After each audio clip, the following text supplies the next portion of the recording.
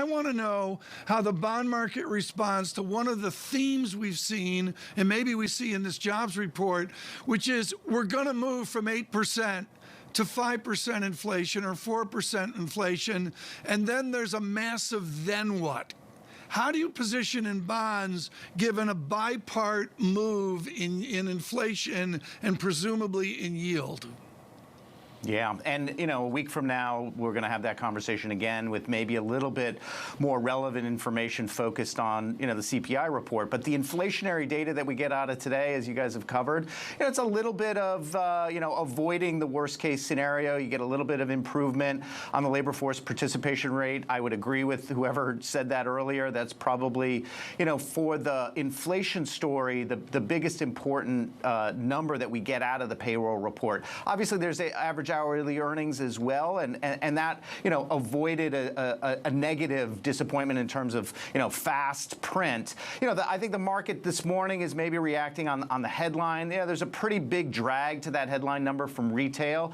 So if you discount that, this was actually a little bit stronger report. Perhaps that's what we're seeing in terms of the market. And as Randy just said, take a step back, 390,000. This is still a very, very strong and too strong labor market. So we need to see that slow.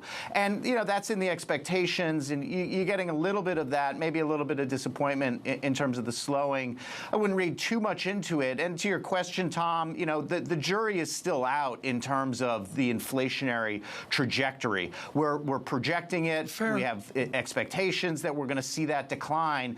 But you can't get the Fed really out of the business of focusing on the number one priority, which is getting inflation down, until you start to really see definitively that show up. And until that happens, it's going to be a very tough time to be thinking about, bonds in the portfolio as an equity hedge, bonds as, stable source of income and preservation of principal, because they've got to adjust. Now, the good news is there's been a lot of adjustments. So I think the pain that we've seen in the first quarter, unlikely to be repeated, but too early here on this report to say it's all clear.